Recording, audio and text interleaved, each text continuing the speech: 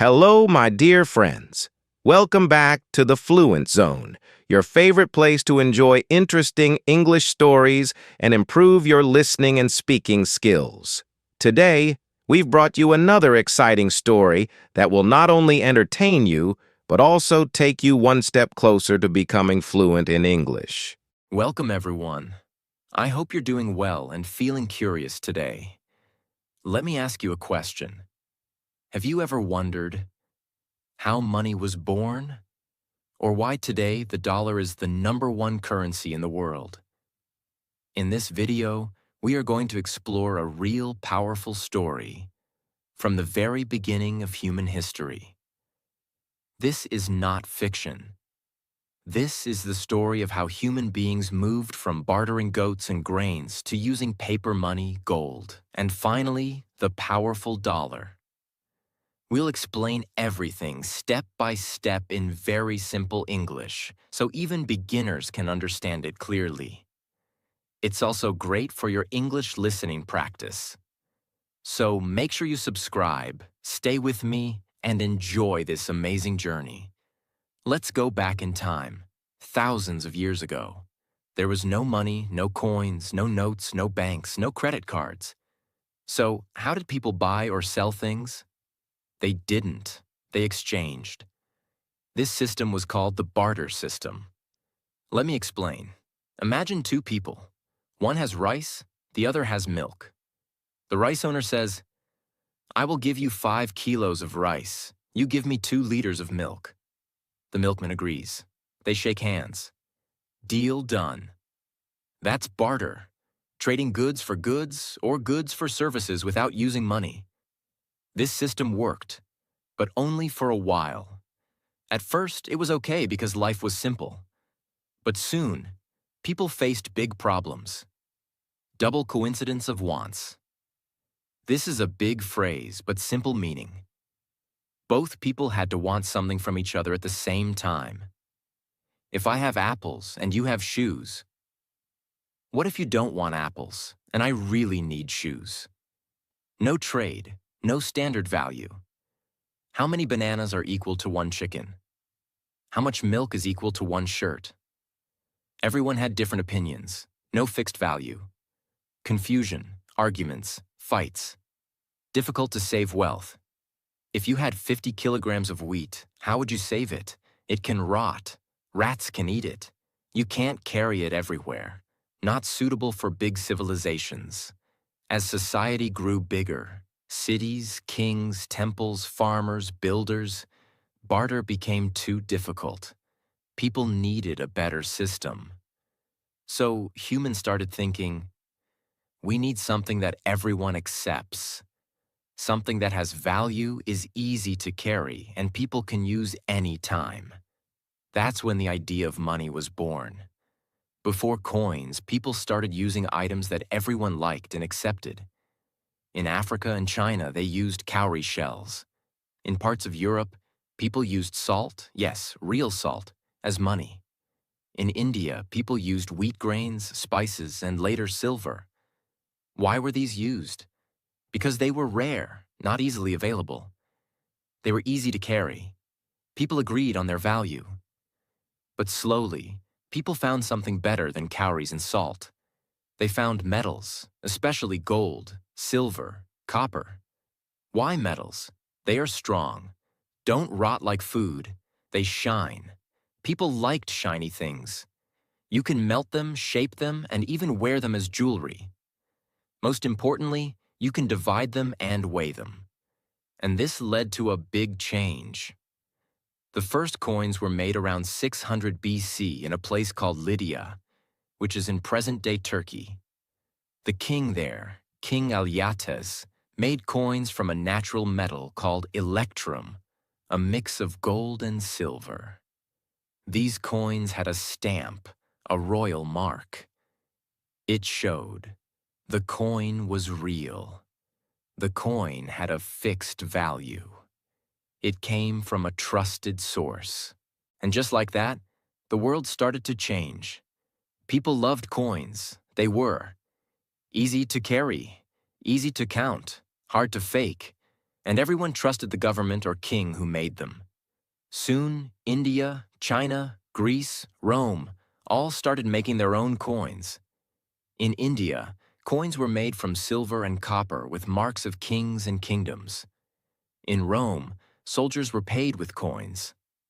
The word salary comes from salarium, which was salt money for Roman soldiers.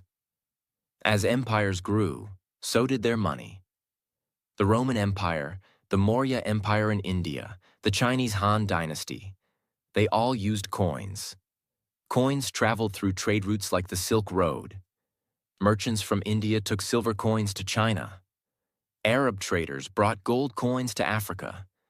Coins became the first global money, and this system lasted for centuries. But even coins had problems.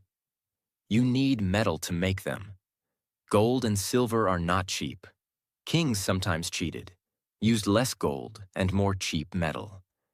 Carrying big bags of coins was heavy and risky. Imagine being a merchant carrying 10 kilograms of gold coins from India to China. You could be robbed. The coins were heavy. Counting them took time. It was dangerous and slow. So people began to look for a better idea. Let's travel now to China, around the Tang Dynasty, 7th century. China had a huge empire. People were trading tea, silk, spices, and porcelain. The economy was growing fast. To solve the coin problem, Chinese traders and local governments tried something new. They created promissory notes, simple pieces of paper with a promise written on them. The paper said, "This note is worth 10 coins. You can collect your coins later from the official treasury." This was the beginning of paper money. By the Song Dynasty, around the 11th century, the Chinese government made it official. They started printing jiaozi, the world's first government-issued paper money. It was light, easy to carry, and safer than coins. But people asked, "How can I trust this paper?" So the government did 3 smart things. 1. Back the notes with real metal. They promised, "You can exchange this paper for silver or gold." 2. Used seals and stamps to prevent fake notes. 3. Punished counterfeiters. Faking money was a serious crime. This system worked. Trade became faster. China grew richer. But the idea took time to reach the rest of the world. Many years later, in the 1200s, a young man from Europe named Marco Polo visited China. He saw paper money being used in everyday life and was shocked. When he returned to Europe, he told everyone, "In China, they use paper instead of gold." People laughed. They didn't believe him. But slowly, Europe began to change. By the 1600s, goldsmiths in London started a clever system. People deposited gold with goldsmiths for safekeeping. The goldsmith gave them a receipt or note saying, "You have 10 gold coins with me." People soon realized these notes could be used to buy things.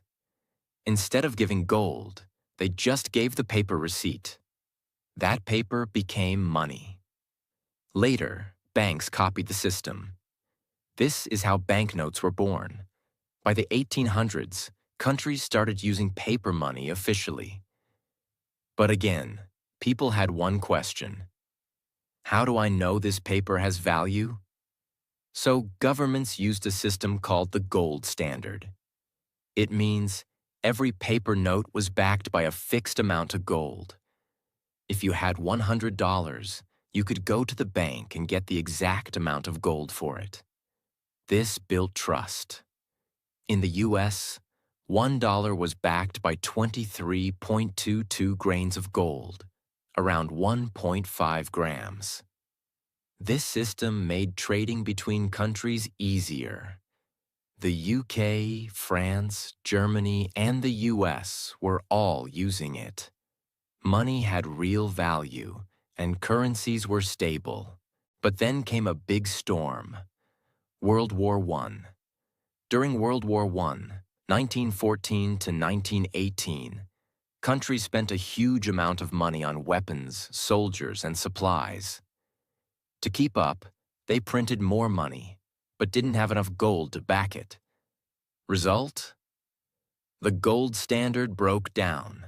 Inflation rose. People lost trust in paper money. In some places, bread cost 100 times more in a few months. After the war, countries tried to return to the gold standard, but failed again during the Great Depression, 1930s.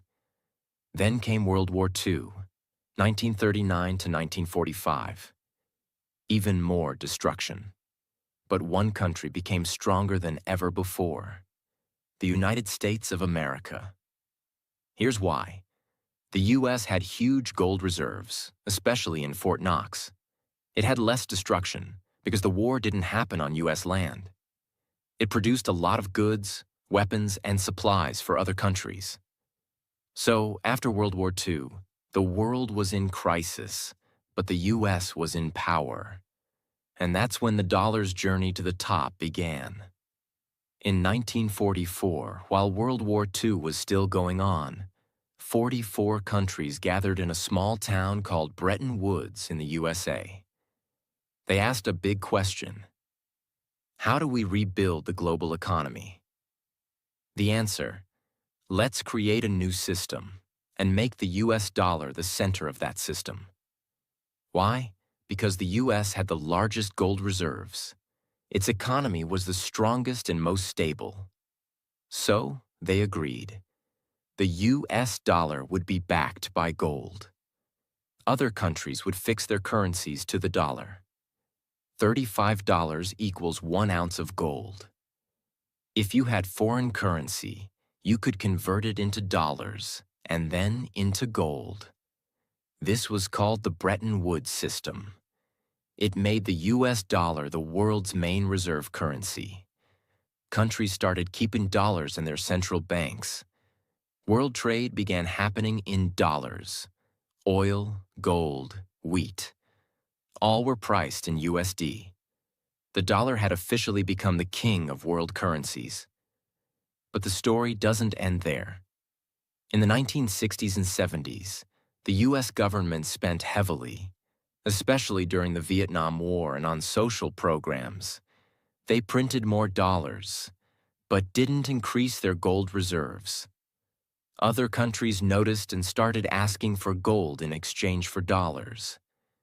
The US couldn't keep up. So in 1971, President Richard Nixon did something shocking. He ended the gold convertibility. This is called the Nixon shock. Now dollars were no longer backed by gold. They were backed by trust in the US government. The world entered a new system: fiat money. Fiat means by order. Now money had value because the government said so, not because of gold. Even after losing gold backing, the dollar stayed on top. Here's why. Trust in the US economy. The US has strong institutions, rule of law, and innovation. World trade uses dollars. Oil, technology, and goods are priced in USD, US Treasury bonds. Other countries invest in US debt. It's considered safe. Military power and global influence.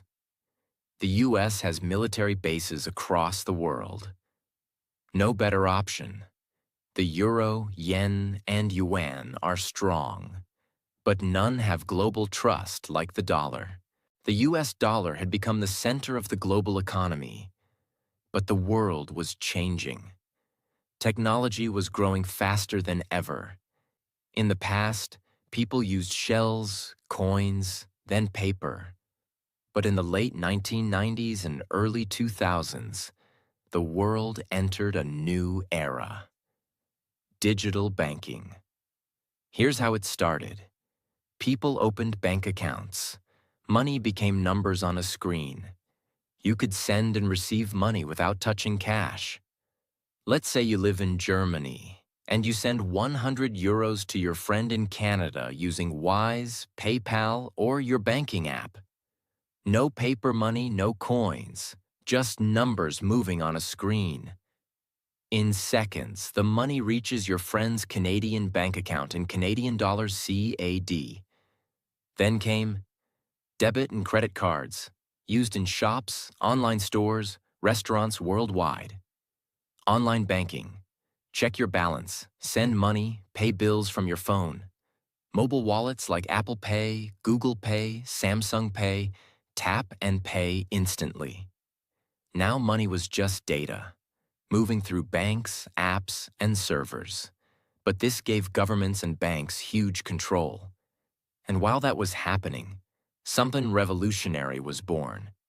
In 2008, during a global financial crisis, people lost trust in banks.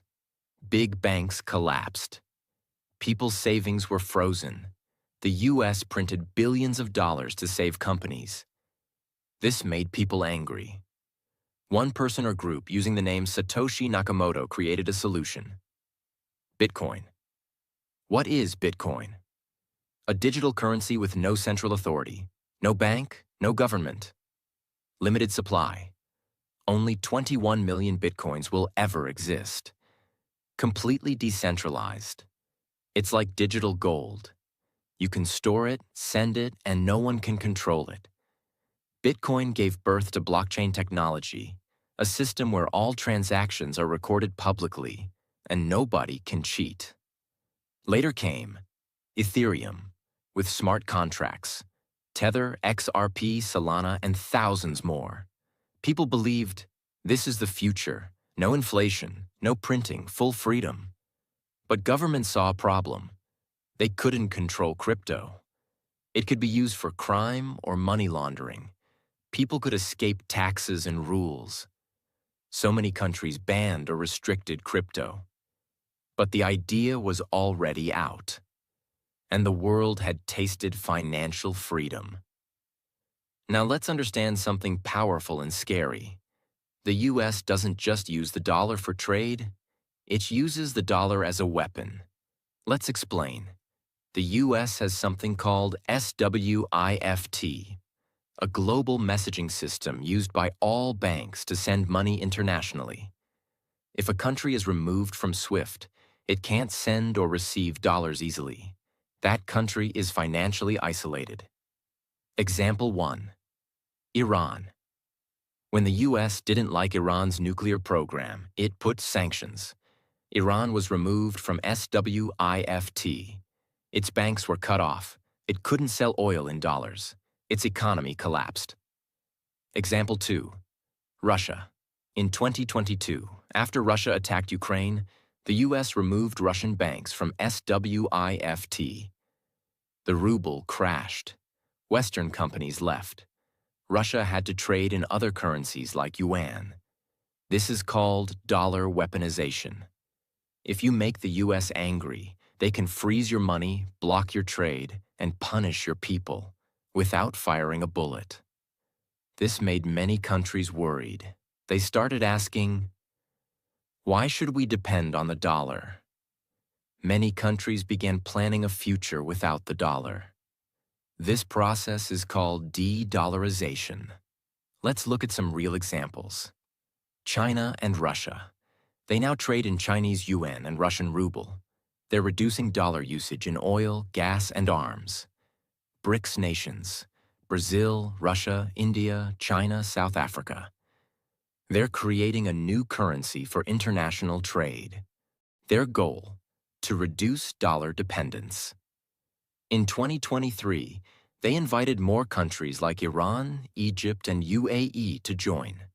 Saudi Arabia. For 50 years, Saudi Arabia sold oil only in dollars. This was called the petrodollar system. But now, they're accepting Chinese yuan and Indian rupees for oil. India. India is promoting rupee trade with countries like Russia, Bangladesh, and Sri Lanka. It signed rupee dirham trade with the UAE. Central bank digital currencies, CBDCs. Many governments are launching digital versions of their currencies. Example: e-yuan in China, e-naira in Nigeria, and digital rupee in India. These can reduce dollar usage in cross-border payments. Even the IMF, International Monetary Fund, said dollar dominance is shrinking slowly. Even after all this, the dollar is still the most powerful currency. Why? Trust. People still believe the U.S. will protect their money. U.S. bonds. Investors buy U.S. government debt because it's safe and stable. Dollar habit. Most contracts, loans, and trade are still in dollars. Lack of alternatives. Yuan is controlled. Euro has political issues. Crypto is unstable. Even countries that hate the U.S., like Iran or Venezuela, still use the dollar secretly for international trade. Right now, the world is in a quiet but intense financial war. Not with guns, but with currencies. On one side, U.S. and Western countries. Controlling the dollar, SWIFT, World Bank, IMF. On the other side, BRICS nations. Creating new systems, alternative payment platforms, new currencies, gold-backed assets. In the middle, crypto believers, fighting for a system without banks or governments. What will win? Nobody knows. But one thing is clear. The future of money is changing fast. Now let's ask something deeper. How does this affect you?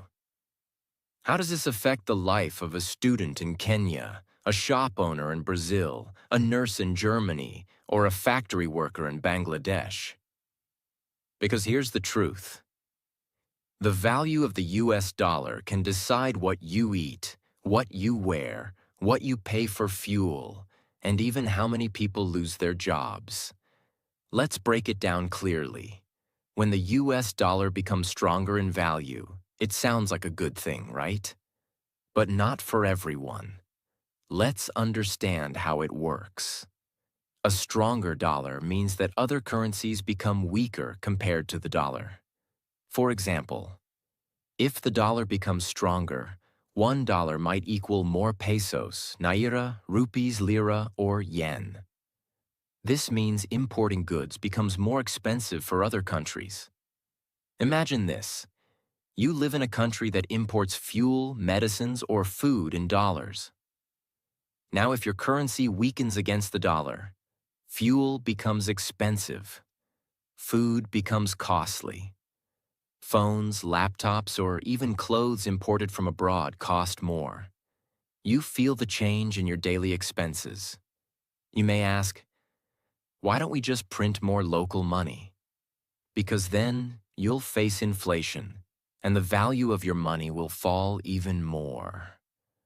So when the dollar rises, people around the world suffer silently. This happens every year, but many don't realize why their cost of living is rising. It's often because of the dollar. Interest rates in the U.S. control the global economy. Most people don't even know what interest rate means. Let me explain in simple words. When people or businesses borrow money, they pay extra money called interest. That percentage is called the interest rate. Now, the U.S. has a central bank called the Federal Reserve, or Fed. Whenever inflation is rising in the U.S., the Fed increases interest rates. But here's the catch. When interest rates rise in the U.S., investors around the world pull their money out of other countries and put it into U.S. banks, U.S. bonds, and U.S. markets. Why? Because they get more return in a safe country like the U.S. Now what happens countries like Egypt, Pakistan, Argentina, Turkey, Nigeria see capital flight, money leaving their economy. Their local currency weakens more. Their governments must pay more dollars to repay old loans. They face debt crises. Prices of goods go up. People lose jobs. So, one decision in the U.S. to raise interest rates can shake the economy of a faraway country. Even if you've never touched a dollar in your life, your rent, fuel, job, and food prices are still controlled by it. Dollar debt, the hidden chain around poor countries. Now let's talk about debt. Many countries borrow money from the World Bank, IMF, or private investors. Most of this money is in dollars. Now here's the trap. A country borrows, say, $1 billion when $1 equals 10 local units.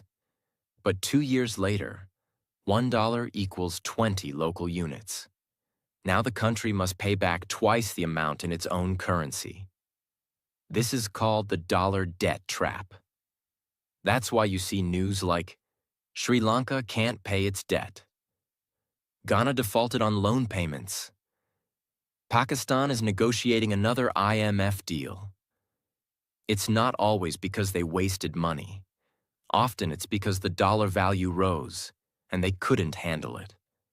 As a result, the country cuts government jobs, reduces pensions and benefits, raises taxes, sells off national companies to foreign buyers, and the common people suffer the most. All because of a currency they don't even use daily. The price of oil, gold, and food all move with the dollar. Have you ever wondered why? Petrol prices keep changing? Gold prices rise in crisis? Food gets expensive when war breaks out? It's connected to the dollar. Let's break it down. Oil is traded globally in dollars.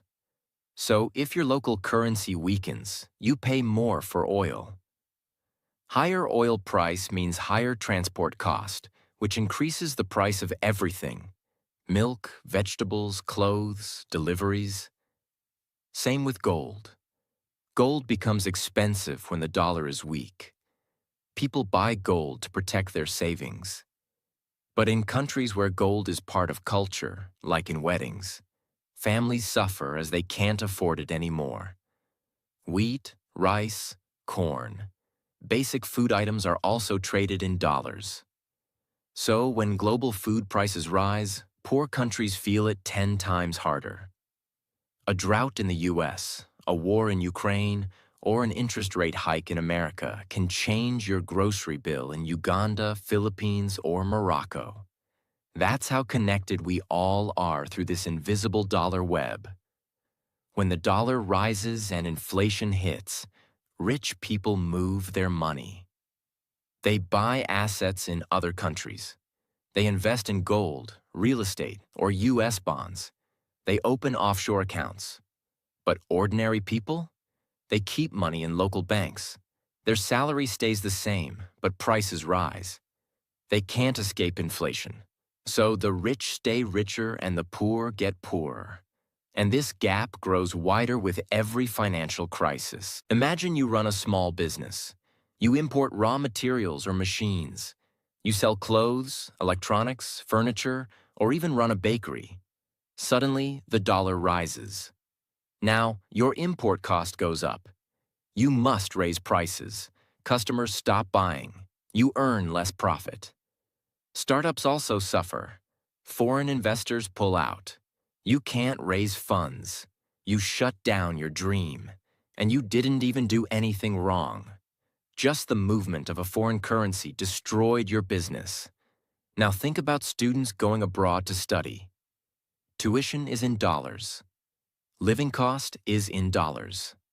When the dollar strengthens, everything becomes more expensive. Some students cancel plans, take extra loans, work longer hours to survive. Same with migrant workers who send money home.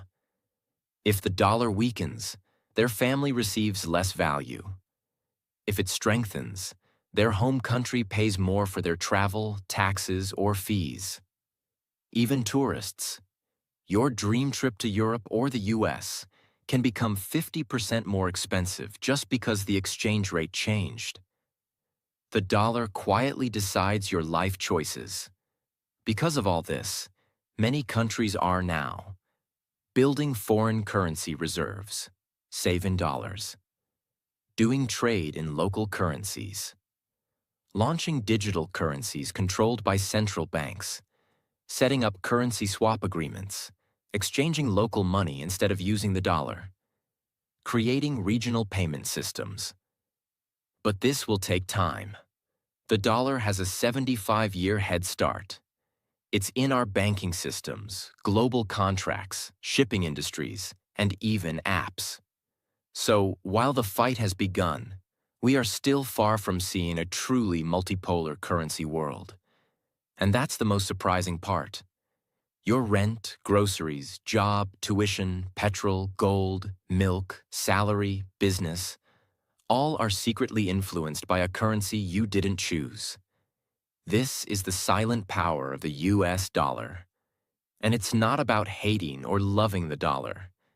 It's about understanding it. Because when you understand how money moves, you start making smarter decisions, saving in the right currency, investing wisely, protecting your income from inflation, asking better questions from your government, preparing your business for currency risk. Knowledge is your shield in a world where money is power. Now here's the real game changer. CBDCs are digital versions of national currencies, backed and regulated by central banks. Not crypto, not Bitcoin, not speculation. These are official, programmable money. As of now, more than 130 countries are researching or testing CBDCs. This could redefine money forever. How CBDCs change the game. Instant international payments. No more waiting 3 days to wire money. No SWIFT dependence. Nations can bypass the US banking system. Trackable and programmable money. Good for taxes, bad for anonymous wealth hoarding. Imagine a Nigerian student in Germany paying her university fees in digital naira in seconds. Or a business in Indonesia buying Brazilian soybeans instantly with their own currency, without converting to dollars. While governments build CBDCs, the people have already started a revolution of their own. Powered by cryptocurrencies, decentralized finance, DeFi, and blockchain transparency. These systems don't rely on banks, they rely on code. Bitcoin is now legal tender in El Salvador. Ethereum powers an entire universe of decentralized apps, like smart contracts and NFTs. Stablecoins like USDC and USDT provide crypto-backed versions of fiat currencies for stability. But here's the twist. Most crypto is still priced in, you guessed it, dollars. So even in the decentralized world, the dollar still whispers in the background. The hidden weapon. Trust. Here's something often overlooked. Money is not just metal, paper, or code. It's trust. If people lose trust in a currency, no matter how well designed, it collapses. That's why hyperinflation happens. That's why black markets form. And that's why even now, countries in economic crisis still prefer holding US dollars under their mattresses. In Zimbabwe, even after introducing new local currencies, people still use US dollars for groceries and rent. So, the next global currency isn't just about technology or politics. It's about who the world believes in. The BRICS strategy, unity against dollar hegemony. BRICS, Brazil, Russia, India, China, South Africa, is no longer just an acronym. It's an economic alliance with a currency mission. They're exploring a shared BRICS currency backed by gold or rare earths, cross-border payment systems independent of SWIFT, alternative financial institutions like the New Development Bank. At the 2023 BRICS Summit, 40-plus countries expressed interest in joining the bloc. The goal? Trade without the dollar. What it means for you, yes, you. Let's make this personal. Whether you live in Paris, Mumbai, São Paulo, Lagos, Manila, or Toronto, these changes will touch your life. Jobs. If you work remotely, you may be paid in digital dollars, crypto, or even your country's CBDC. Travel. Airport exchanges may vanish. Digital wallets could instantly convert one currency to another, with fair rates. Business. Global freelancers will negotiate contracts in whatever currency offers the best value that day. Inflation and savings. Traditional savings accounts may not be enough. You might start holding multi-currency digital portfolios to protect your wealth. So, what's the future currency of the world? It may not be one single currency. Instead, we're moving toward a multi-currency, multi-system world where power is shared, technology is king, and trust is everything. Think of it like this. The US dollar will still be powerful, but not alone. Digital currencies will be everywhere, fast, smart, and borderless. Cryptocurrencies will thrive where trust in government is low. New alliances will create their own systems and rules. The world is not waiting anymore. From African fintech to Southeast Asian startups, from Latin American crypto wallets to European green finance, the global South and East are writing their own financial story. The dollar may have written the last chapter, but the future? The future will be co-authored. And in this new chapter, currency won't just represent value. It will represent identity, innovation, and independence. Learn about your country's digital currency plans. Explore new technologies like blockchain and smart contracts. Diversify your assets beyond borders. Stay curious, because the next big opportunity might not come in dollars, but in the language of the future. This was never just a story about money. This was a story about power, people, and possibility. And now, you're not just a listener, you're a part of it. History is being written in real time. Currency is evolving as you read this. And your understanding? That's your first form of wealth. Use it wisely, share it boldly, and never stop asking, what comes next?